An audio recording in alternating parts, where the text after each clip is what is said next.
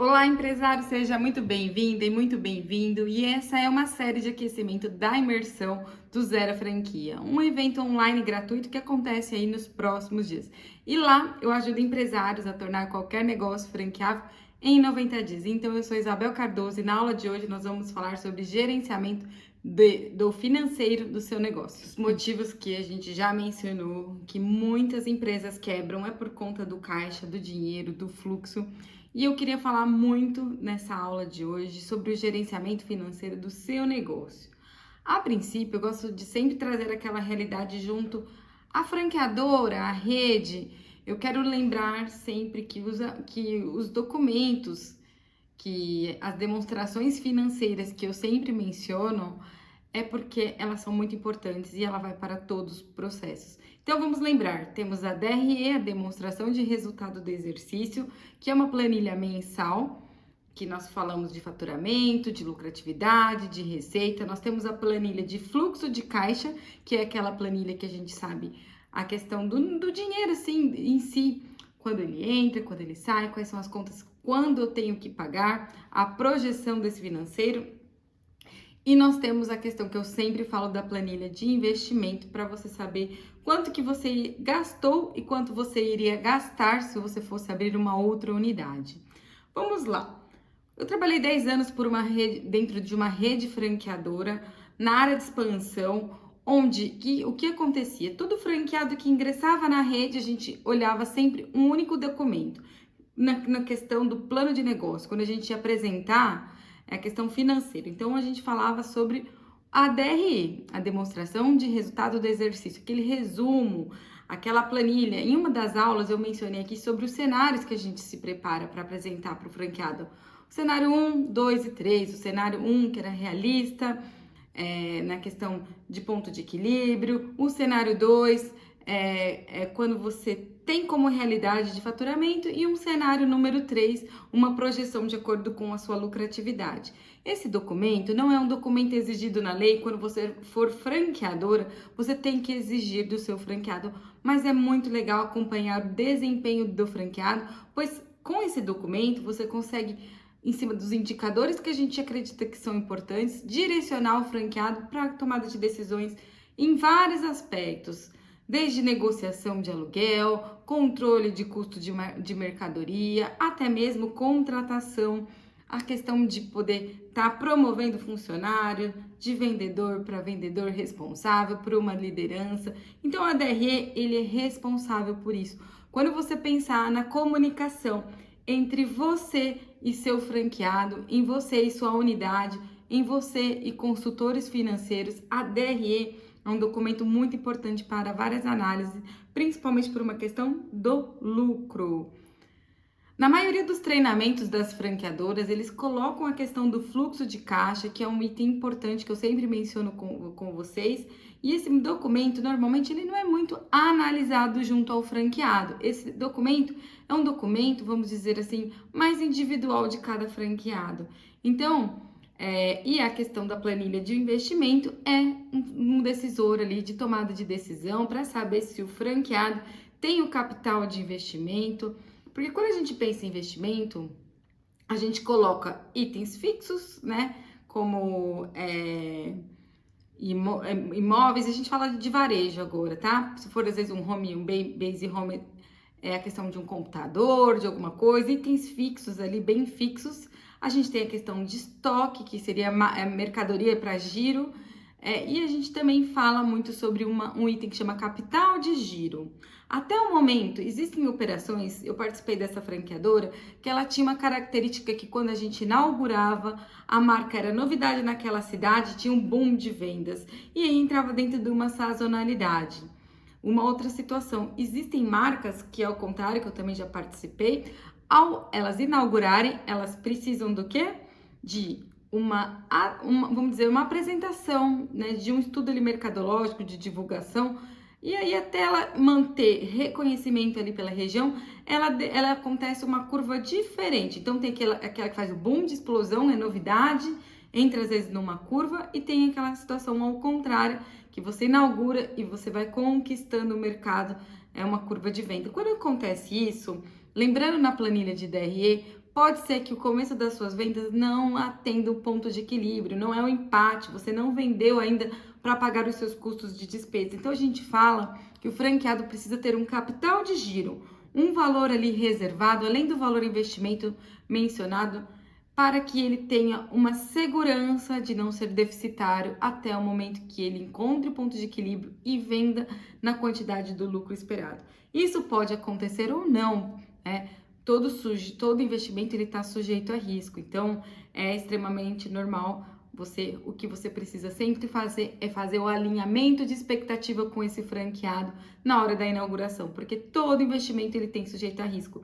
Então, recapitulando um pouco dos documentos na parte de gerenciamento com um franqueado, que você pode pensar no seu ponto piloto, a gente trabalha uma DRE que ele traz mais informações de discussão, de relatório de desempenho do mês ali, e a gente tem a questão da planilha de fluxo de caixa, que normalmente não há troca do franqueado, mas que é muito importante para alguns itens aí que eu vou estar mencionando. Então, enxergamos um pouco aí, falamos até de capital de giro, de planilha de investimento, e essas situações a gente pode estar casando, vamos dizer, a gente pode, com essas planilhas, a gente pode casar as informações, tirar indicadores, por exemplo, o payback. O que é o payback?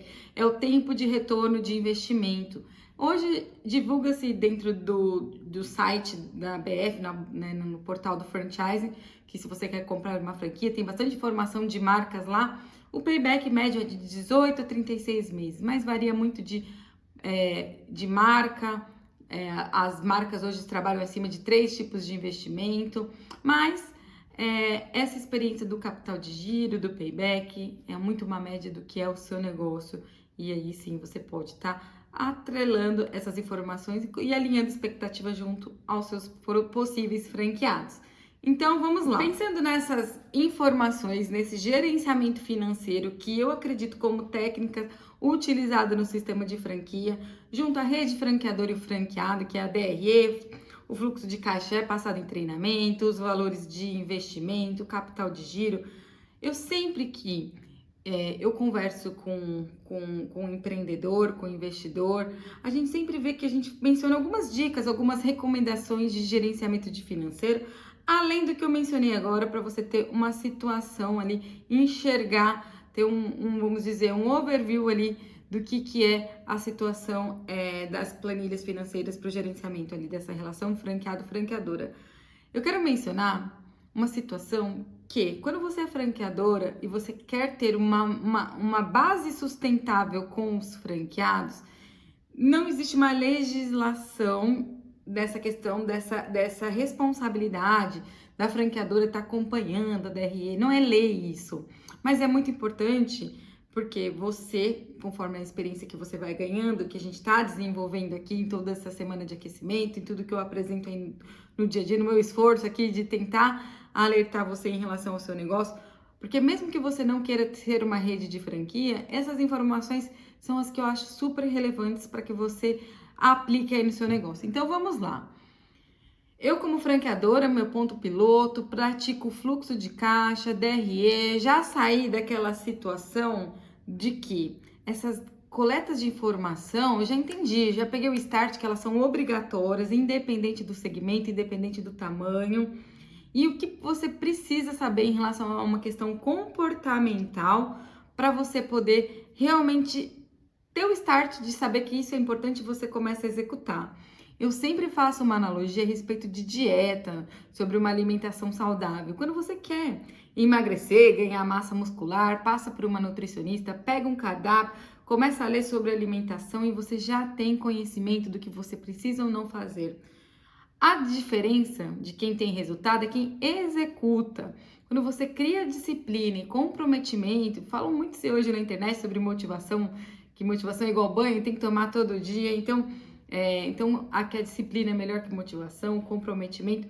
Pensando nessa situação, o gerenciamento financeiro que começa pelas coletas de dados, dos números em planilhas, porque assim, planilha, tá certo, planilha é muito bonita às vezes, mas se ela não é a planilha ela é preenchida por pessoas, então também tem essa dica aí para você e uma atenção. Quando for estar preenchendo essas informações, é legal que você esteja tranquilo, ter aquela pausa e dedicação para aquele momento, porque uma informação ali digitada errada, um relatório pode acontecer, uma informação, pode dar alguma coisa bem errada para não falar nenhum palavrão.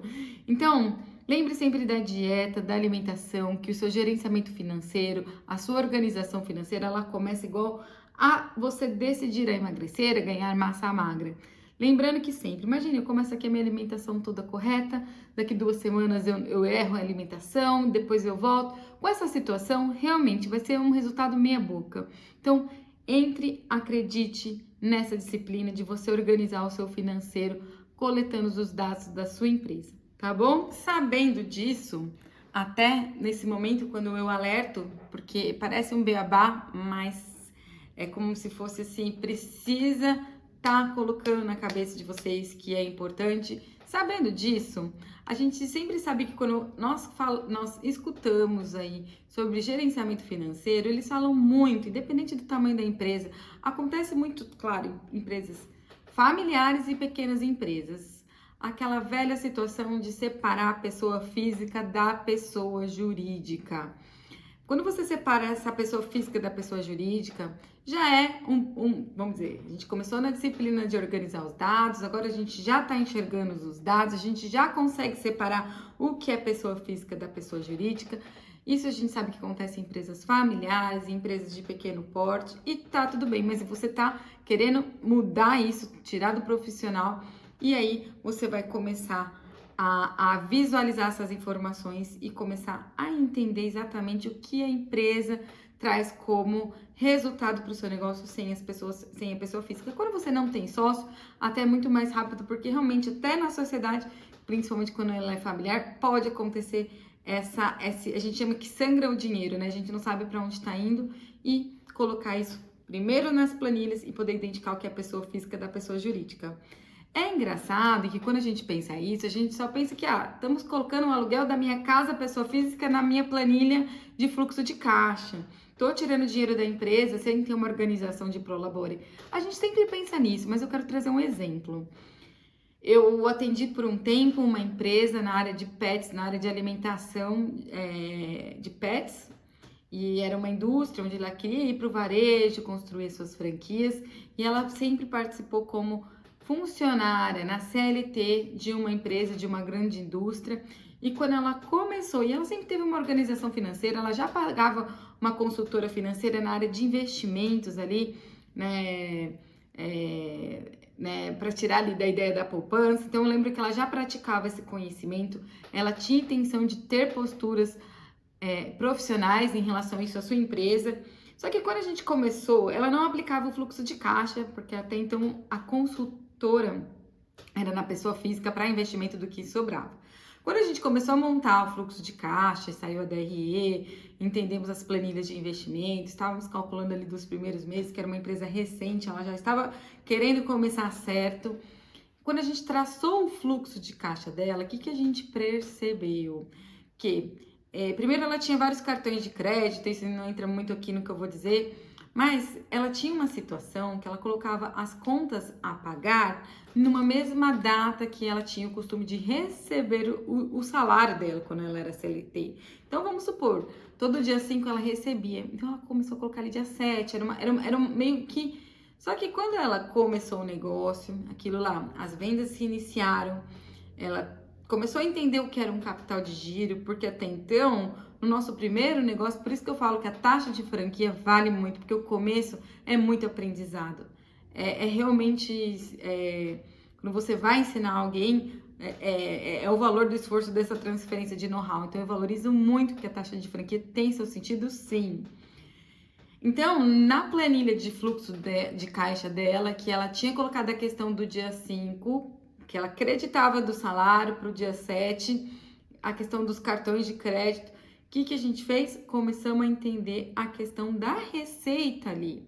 O que havia sido combinado com as negociações de cartão de crédito, quais são as datas que o financeiro dela, compras a receber, a pagar, estavam colocando como data ali de pagar os fornecedores e de recebimento a gente fez um ajuste, parcelando alguns boletos, colocando alguma data, até mesmo isso ajuda no processo de cobrança, quando você define uma data importante de recebimento de boleto, fala, ó, dia 10, tudo bem que às vezes tem um atraso, tem que acompanhar ali, mas você ter algumas datas específicas, enxergar isso de maneira simples, é muito bacana. Então, lembrando bem que muitas das vezes a gente falar que confundir a questão da pessoa física e da jurídica, ela pode ser até um comportamento, um hábito em relação às suas datas.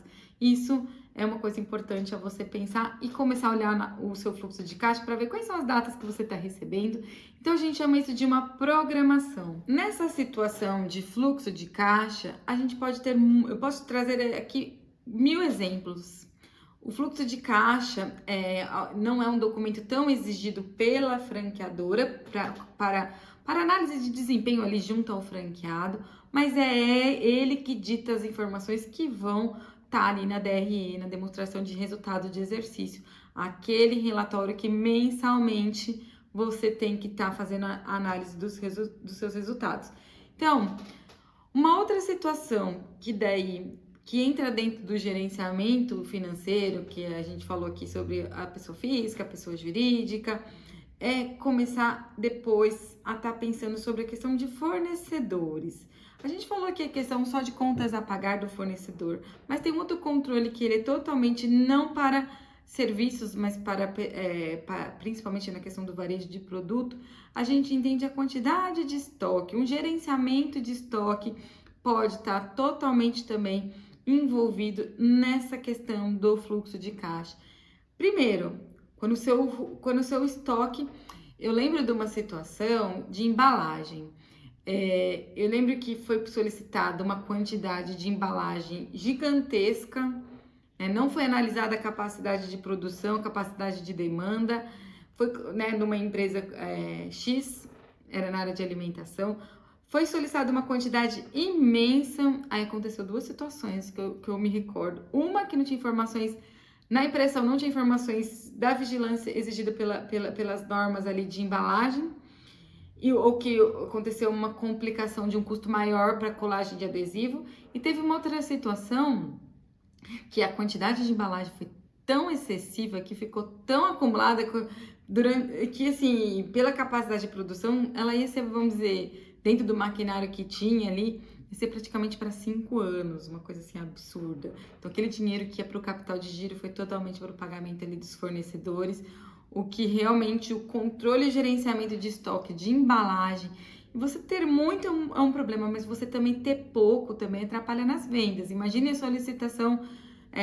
eu vejo muito na questão ali do Mercado Livre, hoje até numas plataformas ali de marketplace onde faz a compra e não tem estoque também. Então, você não tem estoque, o tempo de estoque também, que ele tem que ser comprado do fornecedor, e tem outros mais, assim, eu lembro de empresas que compram estoque para passar para lojista, entendeu? Acaba sendo um distribuidor, ele também interfere muito principalmente questões de multimarcas, desse lojista aí tá se fidelizando ali com o seu cliente conforme o seu estoque, seu tempo de entrega ali. Então, essa questão de estoque, ela dita muito o seu jogo na parte de gerenciamento financeiro do seu negócio, tanto a preocupação de você ter muitos produtos, de não ter também, até numa questão ali de embalagem, que é uma coisa um pouco terceirizada na hora da produção do seu produto, que acaba impactando também. Esse fornecedor, no caso, a gente fala que um planejamento estratégico financeiro, ele engloba tudo isso daí. Ele engloba essa questão de capacidade de compra. Isso é muito importante. E, vou dizer bem sincero, é conta matemática, é básica. Quando a gente começa na crise dos indicadores, quando a gente não tem nenhum e a gente começa a ter, eu adoro lembrar essa questão da crise, pode ser que chegue uma hora você também tem muitos indicadores, mas tem uma linha de raciocínio de tudo que você pode estar olhando no seu gerenciamento financeiro e vai aprimorando. Então, não se desespere, comece um a um, entenda a visão do todo, comece a se especializar, se profissionalizar em cada item. Em consequência, a fornecedor, a gente tem a precificação. A precificação, ela dita muito também. Existem exemplos que eu considero simples, que são fáceis de compreender e que pode acontecer no seu negócio. Eu me recordo uma vez que a gente estava colocando precificação em serviço e em produto. São coisas um pouco diferentes, mas em produto, quando você faz aquele cálculo básico, eu estou vendendo paletas italianas, picolés, e nesse eu gasto 85 de produto. Eu vou colocar o preço de R$1 e aí já tenho a minha margem ali de 15 centavos. A gente esquece a questão de que aquilo é uma margem de contribuição para poder pagar os seus custos fixos que tem. Pode ser folha de pagamento, aluguel, energia e principalmente frete de distribuição. Nessa caso, eu lembro até nesse caso dessa parte de alimentos de pets, quando a gente foi definir a questão de precificação, a gente teve uma questão de decisão. Quem vai pagar o frete? Nós ou a pessoa que for pedir, o nosso cliente, né, o comprador, uma loja que estava sendo a distribuição. Essa decisão de qual é o frete, além de ter uma questão de metodologia de venda, vamos dizer, a gente pode colocar dentro do script ali das vendas, colocando como benefício, como não, mas tem que ser uma questão financeira bem clara para que você não tenha ou arque com custos e você acaba diminuindo a sua margem. Por quê? De tudo isso, eu tenho algumas referências, que é complicado eu falar hoje, já que eu não tenho planilhas, eu tenho falado bastante números sem planilhas, mas eu tenho trazido uma visão simples a respeito dessa precificação, mas tem várias estratégias, vários joguinhos assim que você precisa se preocupar para você ter certeza que o quanto você está recebendo pelo seu produto ou pelo seu serviço está de acordo, né, com o que você acredita que está de acordo com o que você acredita que esteja recebendo, vamos dizer assim. A precificação e o gerenciamento de estoque do seu negócio, são duas situações importantíssimas que estão atreladas, não só naquilo que eu falei quando você for preencher a planilha, que nem eu falo sempre, às vezes eu faço um relatório, faço uma análise de uma DRE sozinha e falo, gente, a gente não pode esquecer que quem preenche essas planilhas são pessoas e pode acontecer erros de digitação. Igual quando o corretor, né, do celular você digita, aparece a palavra e a gente reza para que não seja aquela situação desconfortável, né, naquela palavra que não foi correta, né, pelo corretor do celular. Mas quando a gente pensa em planilhas financeiras, os números podem acontecer. Mas pior que isso é você colocar informações que você acredita que estão corretas, assim, e acabam, por exemplo, até mesmo essa que eu dei o exemplo de fluxo de caixa, onde essa situação financeira ali, que eu mencionei sobre o pessoal dos pets, lá da questão, não é a marca pets, é no segmento de setor de alimentos para pets, cachorros e gatos, até mesmo o que a gente acredita ser ali, né, o ideal, às vezes a gente pode estar colocando informações, e aí só um pouco de experiência, de tempo para poder analisar, para ver o que é melhor para o seu negócio, o que é melhor pela sua questão jurídica, para refletir na sua pessoa física, porque a gente sabe que a gente está ali no dia a dia trabalhando como empreendedor, para ter os bônus também, que é ter lucratividade. E também saber que essa lucratividade tem a sua expectativa. A gente sempre fala da expectativa do franqueado. Uma das primeiras conversas quando eu quero vender uma franquia, eu pergunto, franqueado, qual que é a sua expectativa de lucro para trabalhar 30 dias dentro do empreendimento comercial, dentro de um shopping center? Ou 22 dias? Qual que é a sua carga horária permitida? Tanto a questão de tempo e dinheiro, que são valores que a gente tem hoje como pessoa, e é o que eu escuto da maioria dos empresários, são itens importantes para a gente entender. Quando eu vou montar minha DRE, meus cenários, onde eu sei meu ponto de equilíbrio, eu sei onde meu negócio empata, eu sei a minha projeção do que é a minha sazonalidade, já coloquei a minha receita, eu sei o quanto eu tenho margem de venda, eu acertei o preço, eu melhorei o estoque, eu acertei o fluxo, eu tô com uma lucratividade. Qual que é a minha lucratividade ideal? Então, eu tô com a minha margem ajustada, meu preço ajustado. Aí a gente vai começar pelos indicadores que tem tudo a ver com o gerenciamento financeiro e entender metas de venda. Foco em vendas, porque é a venda que vai gerar quantidades, né? O SKU, ou sei lá, quantidade por clientes atendidos. Vamos por lá, vamos aumentar o ticket médio, colocando um produto adicional na parte de checkout. uma água para levar, para acompanhar. É uma frase super tradicional aí nesses fast foods, onde a gente está finalizando, estamos no checkout, estamos finalizando a venda.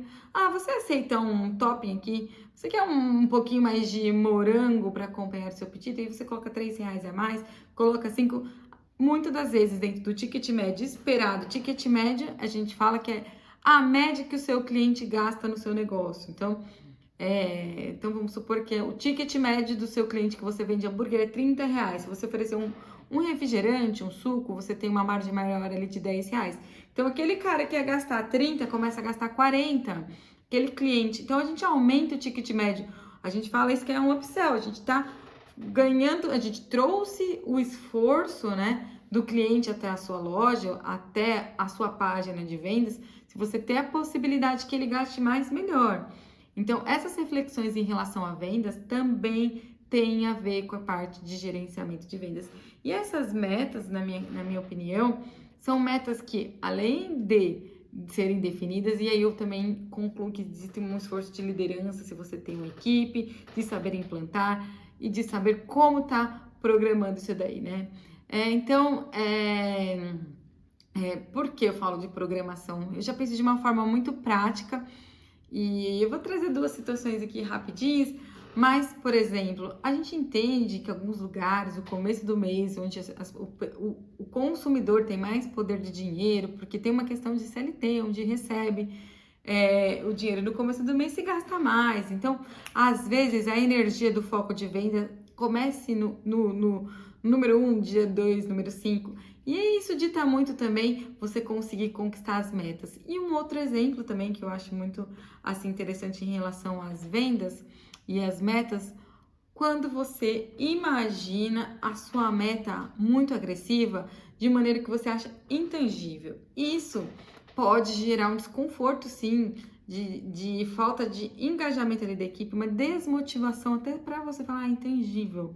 Então, ter essa relação também do que o mercado também tá dando no seu negócio é muito importante para também você não ficar frustrado e não atingir aquela meta daquele lucro um dia esperado. Aí você tem que ir conquistando várias estratégias aí de negócio, de vendas. Mas, enfim, essa parte de gerenciamento financeiro, quando a gente pensa que todo mundo fala da pessoa física, da pessoa jurídica, das planilhas, da precificação, da parte de controle ali de estoque, na questão das metas de venda, tudo isso a gente sabe que compõe o seu gerenciamento financeiro e que com certeza vai tornar o seu negócio mais profissional. E posso ser bem sincera, não tem escapatória, não tem escapatória. Não estamos ali, né, só para sorrir. Nós temos que trabalhar de maneira que seja eficiente, que você tenha o seu retorno esperado, a gente sabe disso. Então, não adianta fugir, a gente tem que entender. E aqueles empresários que chegam falando que não gostam de números, eu vou ser bem sincera que você tem que gostar mais de ter disciplina do que de números, porque é uma consequência de informações, é um step by step, um passo de cada vez, onde você consiga construir essa relação de não ter. Eu espero que você chegue na crise de ter muitos indicadores, mas aquela relação de você devagar e acostumando com essas informações e praticando para poder um dia chegar e ensinar o seu franqueado, ensinar a gestão de negócio para outro empresário, para outros empresários, para seus novos franqueados. E é isso que eu espero. E todas essas informações a respeito de gerenciamento financeiro, eu quero que você saiba que não veio da minha cabeça, veio depois de muita pesquisa, de muito estudo, de experiência mesmo, dessa troca com franqueadoras, franqueado, porque a gente está pensando hoje no modelo de uma unidade piloto que você queira tornar franqueável, enxuto e padronizável. E ter com que você possa estar crescendo a partir do momento que você, na pessoa física, para a pessoa jurídica e aí para uma franqueadora, para você poder pensar que dentro da franqueadora também vai ter o seu DRE, também vai ser seu fluxo de caixa. E na minha opinião, da minha experiência, o que eu quero só falar com vocês, se vocês tiverem mais de uma unidade, por favor, façam esses documentos separados, porque o comportamento das unidades, um franqueado que tenha 10 unidades, uma empresa que tenha 7, 8, 10, 12, 15, o comportamento de cada unidade diferente, pelos colaboradores, assim, é infinito, pela questão regional, porque já aconteceu, né?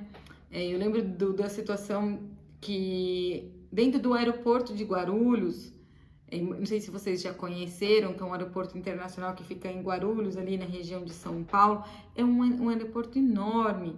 E lá já tiveram 6 a 8 operações de uma empresa que eu trabalhei. E cada ponto tinha um faturamento.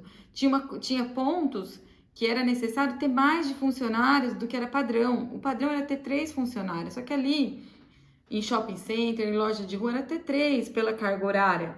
Um de manhã, uma noite, uma intermediária, uma folguista. Lá a gente tinha que ter 5. E o comportamento, às vezes, era diferente. Eu lembro de uma vez que a gente estava... temos 2 vendedores, um vendedor responsável.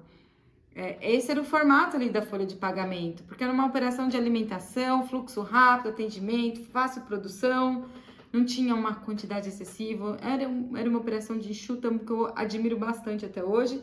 E aí, dentro dessa complexidade, que a carga horária do aeroporto era maior, era praticamente das 6 quase 24 horas, vamos dizer assim, além do fluxo ser mais intenso. E aí tem a questão de comportamento. Cada operação dentro do mesmo aeroporto tinha performances diferentes, tinha DREs diferentes, tinham relatórios diferentes. A maioria das vezes, a questão de fluxo, ele pode ser direcionado para uma liderança, dependendo como for, mas a DRE não. A DRE, ela muda bastante. Mas, enfim, vai muito também do que você tem como estrutura administrativa, financeira, que pode estar colaborando ou não com essas análises. Mas eu acho que por hoje é isso. Falamos de várias coisas, e eu espero que tenha gerado algum insight, alguma informação aí para você, porque esse foi mais um episódio dessa série de aquecimento para a imersão do Zero Franquia, onde eu ajudo empresários a dar os primeiros passos para tornar qualquer negócio franqueável. Então, se você se interessou por esse conteúdo, se prepara, porque isso não é nem 1% do que te espera na imersão do Zero Franquia.